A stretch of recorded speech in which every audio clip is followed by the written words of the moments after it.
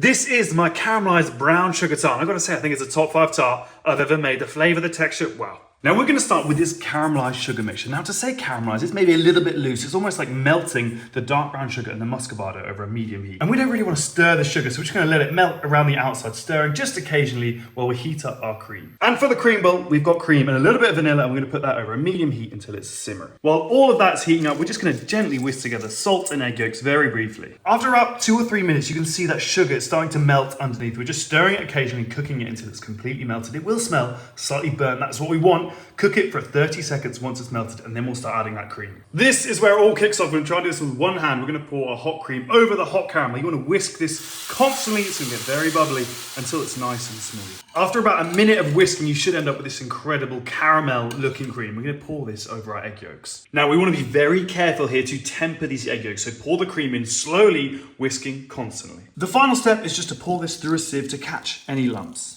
Cover the surface and chill it while we make the pastry. Then what we've got here is our sweet pastry, which is part of the recipe. We're going to roll this out lightly floured until it is nice and thin and lift it into a fluted tart tin.